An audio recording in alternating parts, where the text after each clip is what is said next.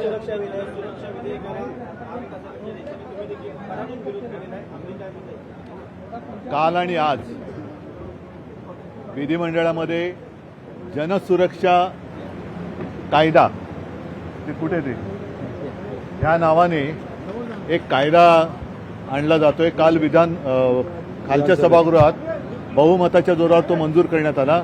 साहजिकच आहे, सत्ताधारी पक्षाकडे पाशवी बहुमत आहे आणि त्याचा ते उपयोग किंवा दुरुपयोग करतायत.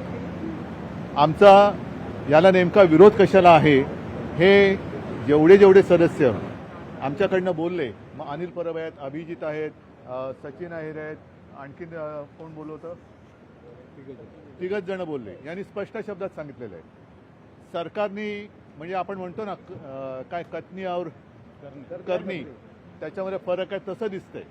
सांगताना ते सांगतात की नक्षलवादाचा बिमोड करायचा आहे, दहशतवादाचा बिमोड करायचा आहे, परंतु या बिलामध्ये, या कायद्याच्या जो काय मसुदा आहे त्याच्यामध्ये कुठेही नक्षलवाद किंवा दहशतवाद असा उल्लेख नाही आहे.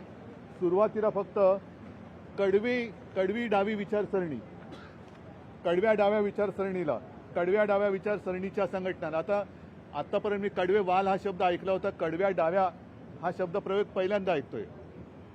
डावा आणि उजवं याच्यामधला नेमका आता आपल्याला फरक करण्याची आवश्यकता आहे. साधारणपणे शिवसेना आणि त्यावेळेला भाजपा वगैरे आम्ही सोबत होतो, आम्हाला उजव्या विचारसरणीचे म्हणायचे आणि आम्ही आहोत, कारण आम्ही धर्म मानणारे आहोत सगळेच मला वाटतं धर्म मानणारे आहेत. डावी विचारसरणी खरं म्हणजे डावा आणि उजवा करण्याची गरज नाही, पण आपल्या संविधानाच्या प्रस्तावनेमध्ये जे काही लिहिलेलं आहे त्याच्यामध्ये सर्वसमावेशकता आहे, समानता, सामाजिक न्याय, व्यक्ती स्वातंत्र्य, आणि मोदीजींनी सुद्धा सबका साथ सबका विकास म्हणजे ही डावी विचारसरणी आहे का उजवी विचारसरणी आहे हा फरक त्यातून कळत नाहीये.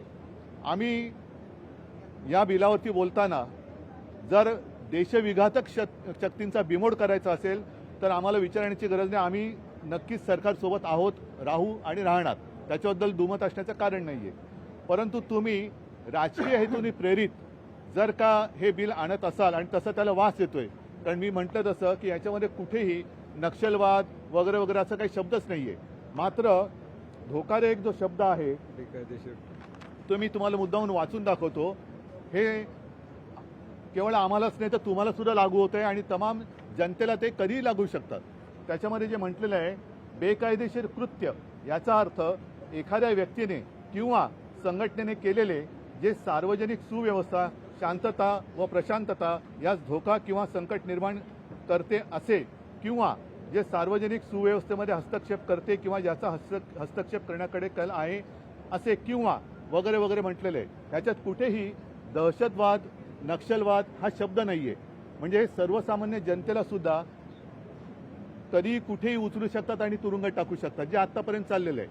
पूर्वी जसं मिसा कायदा होता, जसा टाडा कायदा होता, तसंच हा आता जनसुरक्षा कायदा आणलेला आहे.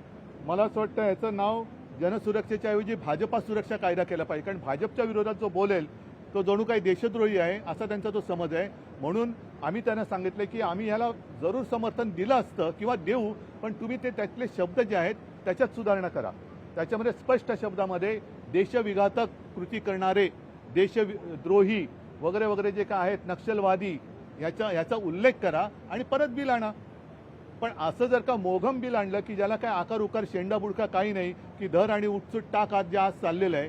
पूर्वी जसं मी म्हटलं की मिसा कायदा होता, टाडा कायदा होता, टाडाचा पण दुरुपयोग केला गेला आणि मग एक तर तू आमच्या पक्षात आहे नाही तर तुला टाडाखाली टाकतो, तसंच याचा दुरुपयोग होईल.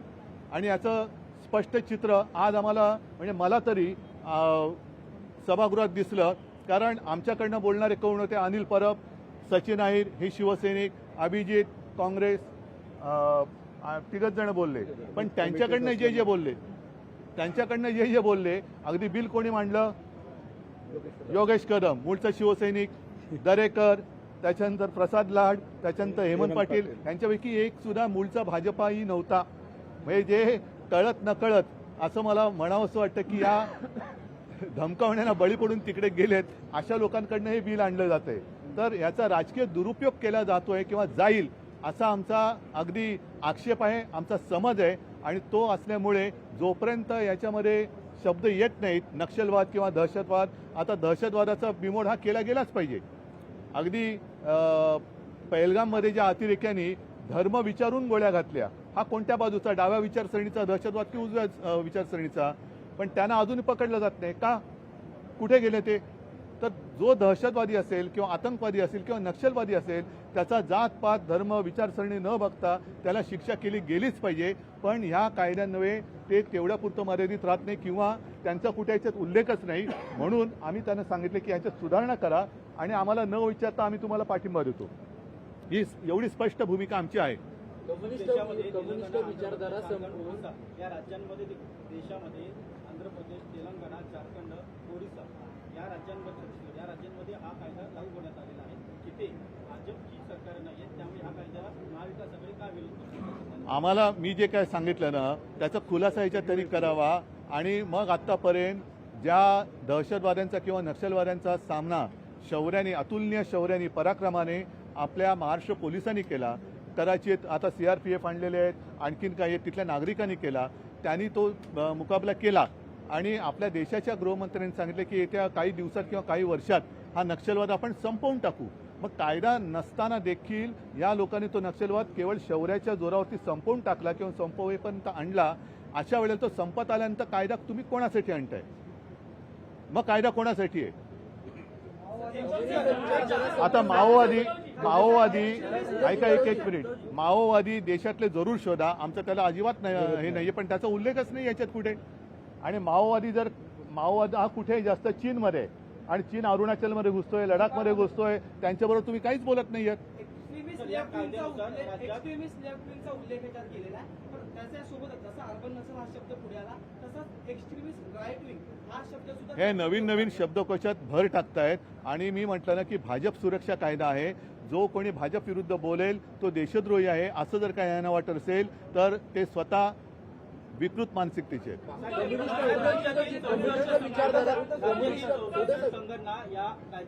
त्या 64 संघटनांची नावं जर तुमच्याकडे असतील आणि त्या देशविघातक कृत्य करत असतील असे पुरावे असतील तर तुम्ही त्यांच्यावर बंदी घालू शकता. त्यांच्याबद्दल कोणी तुमच्या आड येत नाही, पण अशा 64 संघटनांची नावं जाहीर करा. त्यांना आम्हाला सगळ्यांना कळू द्या की कोणासाठी 64 संघटनांपुरताचा कायदा आहे का. कारण जे मी म्हटलेलं आहे की सार्वजनिक म्हणजे उद्या आता आम्ही मोर्चा काढला, याचा अर्थ काय की बेकायदेशीर कृत्य, याचा अर्थ एखाद्या व्यक्तीने जे सार्वजनिक सुव्यवस्था, शांतता व प्रशांतता. म्हणजे आता परवा मराठी भाषा समितीने जो मुद्दा घेतला, आम्ही त्याच्यात सहभागी झालो नाही, कारण मराठीवरती अन्याय झालं तरी हे असले कायदे हे त्यांच्यासाठी केलेत का तुम्ही, आमच्यासाठी केलेत का? आम्ही उतरलो रस्त्यावर आणि उतरणार. मराठीवरती अन्याय झालं तर आम्ही रस्त्यावरती उतरणार आणि ते उतरू नये म्हणून तुम्ही कायदा असा आणताय असा आमचा समज आहे. त्यावेळी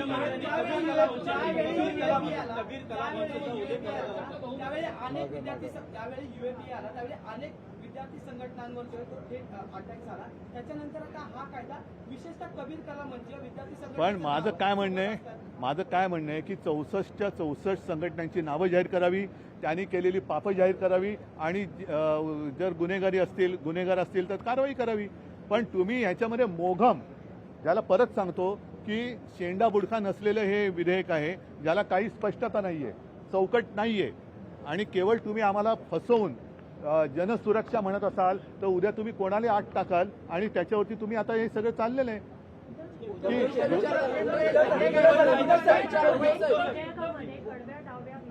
म्हणजे काय कडवी डावी म्हणजे काय? कडवी डावी म्हणजे काय? ऐका मी अरे पण विधेयक मी आणलेलं नाहीये. हेच तुम्ही जे विचारताय तेच मी विचारतोय त्यांना की कडवी डावी उजवी, कडवी उजवी, मग मधली डावी, मधली उजवी म्हणजे काय नेमकं ते सांगा ना.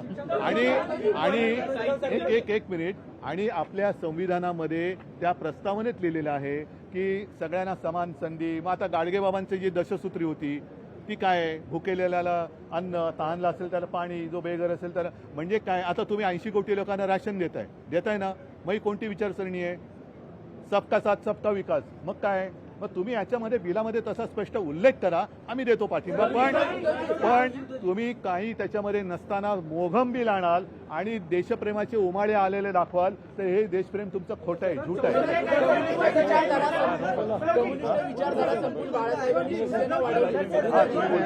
एक मिनिट.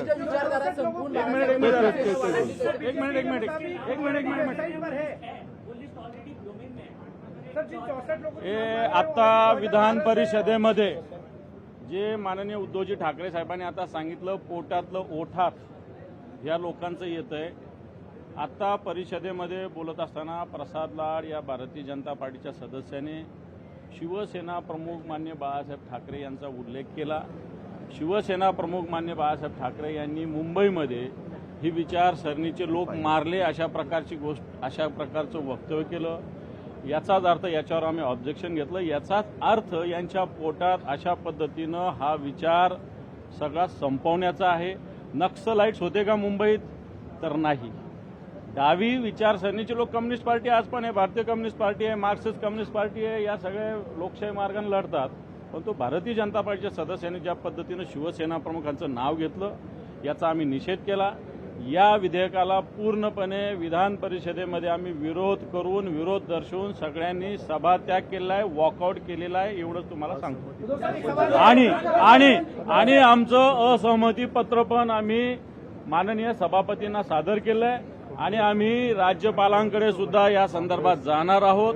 काँग्रेस, राष्ट्रवादी, पूर्ण महाविकास आघाडी यांनी अशा पद्धतीनं हे पत्र सुद्धा दिलं आणि राज्यपालांना सुद्धा आम्ही भेटून विनंती करणार आहोत की या बिलवर तुम्ही सही करू नये.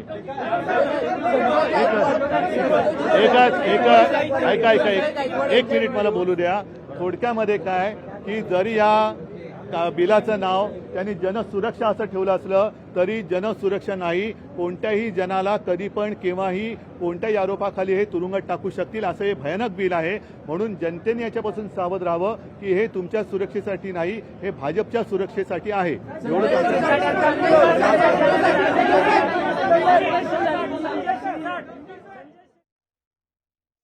सुरक्षा विधेयकावर उद्धव ठाकरे यांनी पत्रकार परिषदेत खरं तर त्यांनी त्यांच्या वतीनं निषेध नोंदवलेला आहे. जरी या बिलाचं नाव, या विधेयकाचं नाव जनसुरक्षा असलं तरी ते जनसुरक्षेचं नाही असं वक्तव्य उद्धव ठाकरे यांनी केलं. मिसाट ताडा कायद्याप्रमाणेच हे विधेयक आहे असं उद्धव ठाकरे म्हणाले.